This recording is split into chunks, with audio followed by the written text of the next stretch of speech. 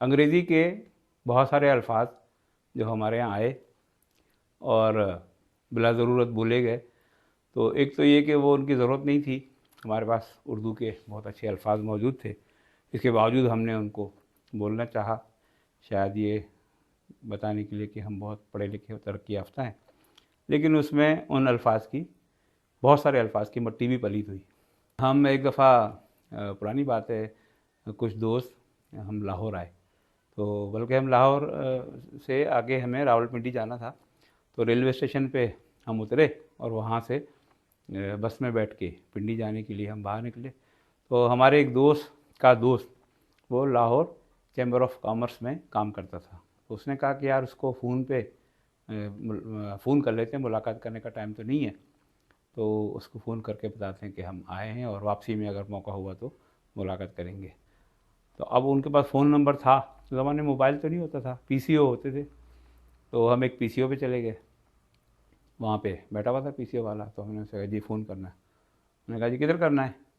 तो मेरे दोस्त ने कहा कि चैम्बर ऑफ कॉमर्स में फ़ोन करना है।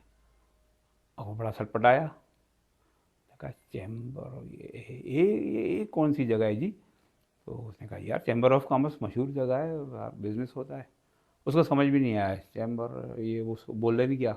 फिर उसने किसी पड़ोसी से कहा कि यार ये की कहते हैं। वो उसने कहा कि जी कहाँ फ़ोन करना है? मैंने कहा भी चैम्बर ऑफ कॉमर्स फ़ोन करना है। तो उन्होंने कहा ओ चैम्बरस कॉमर्स फ़ोन करना है, और चैम्बरस कॉमर्स करना हो, फ़ौरन से चैम्बरस कॉमर्स सुना तो वो फ़ौरन मिला दिया। चैम्बर ऑफ कॉमर्स बेचारे को समझ में नहीं आया, चैम्बरस कॉमर्स समझ में आ गया, चैम्बरस कॉमर्स ये समझ में आ गया उसको। इस तरीके से अब एक हम जो अंग्रेज़ी का लफ्ज़ है फुल फ्लैज, ये ना पूरी तरह, तो वो उसमें उसको चूँकि एक पहले से एक लफ्ज़ हमारे पास मौजूद है कैमरे की फ्लैश गन का फुल, तो अब वो फुल फ्लैज को लोग आमतौर पे फुल फ्लैश कहते हैं, फुल फ्लैश। अच्छा भाई ठीक है, फुल फ्लैश। इसी तरीके से एक और लफ्ज़ है कि हम कहते हैं कि जी ये इस मेयार का, इस पाए का ये नहीं है, ये शख्स या ये चीज़ इस मेयार की नहीं है। तो मेयार को चूँकि इंग्लिश में कैलिब्रेशन, नापने को मेयार उसका देखने के लिए कैलिब्रेशन का लफ्ज़ इस्तेमाल होता है। तो वो निकला है कैलिबर से कि इसकी पैमाइश क्या है, ये किस लेवल का है।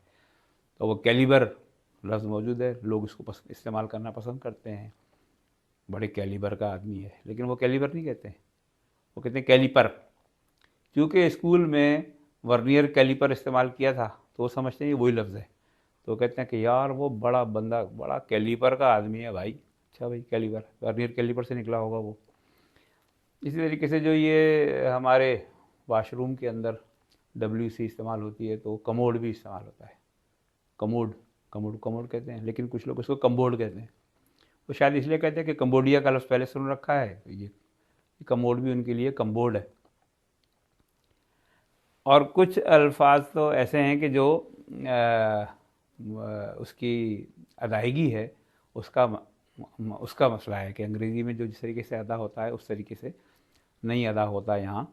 मसलन ये जो लफ्ज़ गुड्स है, इसको कुछ लोग गुड्स कहते हैं, गुड्स। ये ट्रक होते हैं ना जो गुड्स फारवर्डिंग एजेंसी, तो वो कहते हैं गुड्स फारवर्डिंग एजेंसी। इसी तरीके से पीपल्स लफ्ज़ है, पाकिस्तान पीपल्स पार्टी, तो इसको कई लोगों को आपने पीपल्स देखा होगा सुना, पाकिस्तान पीपल्स पार्टी। जैसे वो होता था एक खिलाड़ी वेवन रिचर्ड, तो उसको कहते थे वेवन रिचर्ड, रिचर्ड को रिचर्ड। शायद पहली दफ़ा जब पढ़ते हैं उर्दू में लिखा हुआ तो रे चे रे डाल, तो वो उन्होंने रिचर्ड पढ़ा तो रिचर्ड ही हो गया।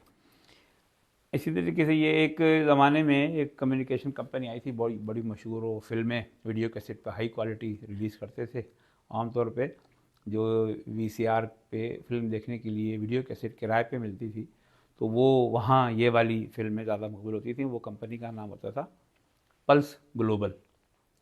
अब पल्स ग्लोबल जो है वो, जो कि पल्स लफ्ज़ जो है वो बाद में आया, उससे पहले प्लस लफ्ज़ मौजूद था, तो लिहाजा यहाँ लोगों ने इसको कहना शुरू कर दिया प्लस ग्लोबल। तो प्लस ग्लोबल, पल्स ग्लोबल भी इस्तेमाल था, प्लस ग्लोबल भी इस्तेमाल होता था। इसी तरीके से एक कॉस्मेटिक कंपनी थी करेस, करेस जो है CARESS, करेस जो है उसको हमारे एक दोस्त थे वो केयरलेस कहते थे, ये केयरलेस क्रीम लेकर आओ। अच्छा भाई केयरलेस क्रीम लेकर आते। अच्छा हमारे सिंध में जो ये डबल केबिन जो आया, मिनी ट्रक आया जिस ज़माने में, तो शुरू में ये डाटसन कंपनी का आया था।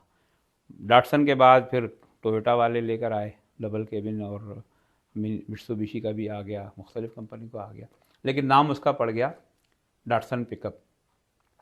तो डाटसन उर्दू में, अंग्रेज़ी में डाटसन, उर्दू में डाटसन, लेकिन हमारे सिंध में उसको कहा गया डारसन, डारसन। तो वो पूरा एक लफ्ज़ बन गया कि ये डारसन एक खड़ी है तो ये डरसन बिठिया, और ज़्यादा खड़ी तो डारसन्यू, यानी डारसनें खड़ी हैं, तो डारसन जो है वो डाटसन को डारसन कर दिया गया।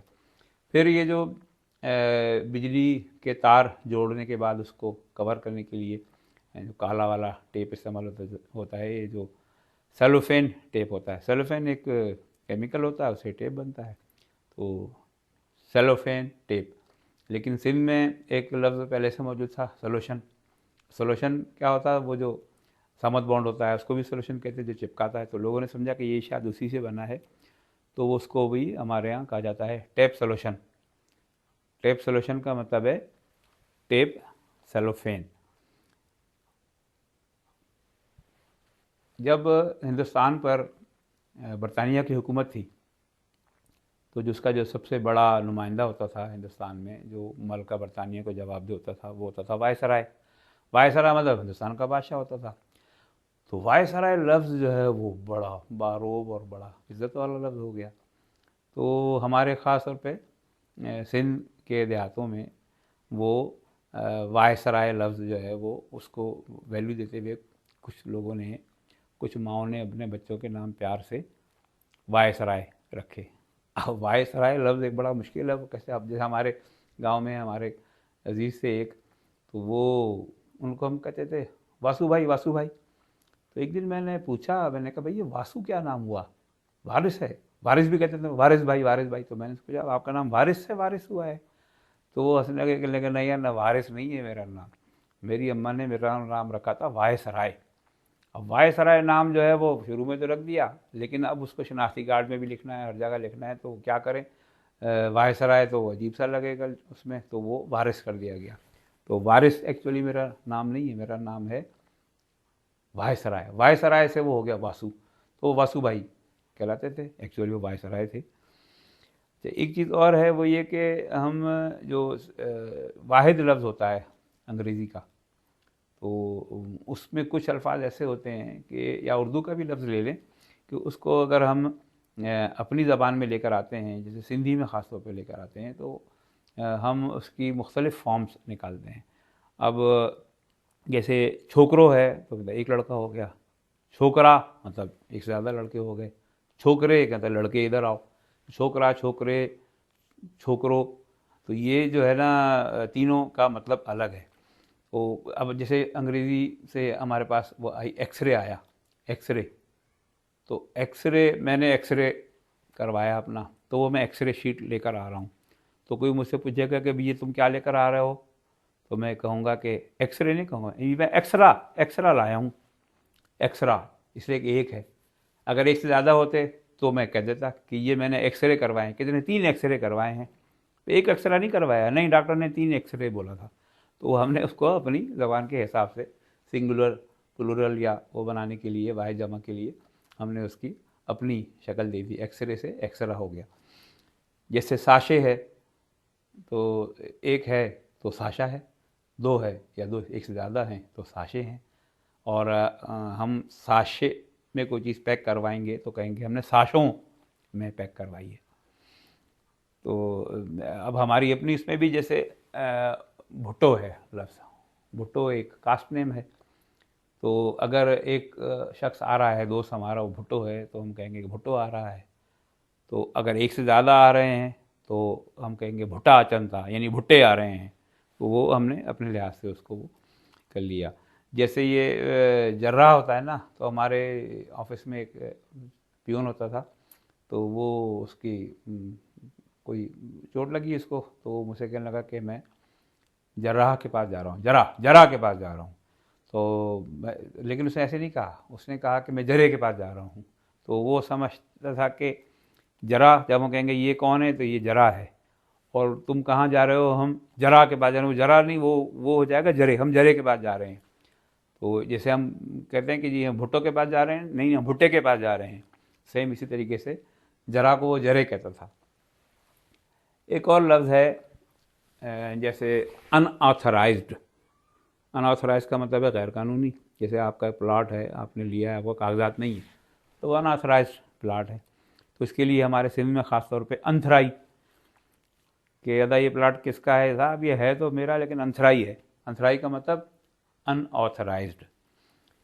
फिर जैसे हमारा शहर है कोयटा।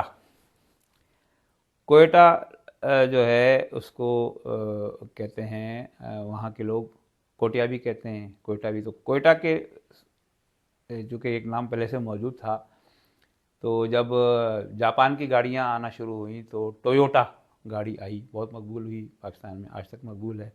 तो वहाँ उसको भी लोग टोयोटा कहते हैं। तो मैं समझता हूँ शायद कोयटा लफ्ज़ क्योंकि पहले से मौजूद था, लिहाजा टोयोटा भी टोयोटा हो गया, टोयोटा कहलाती है। अब हमारे सिंध के एक बड़े मशहूर दानश्वर थे ए के बरोही।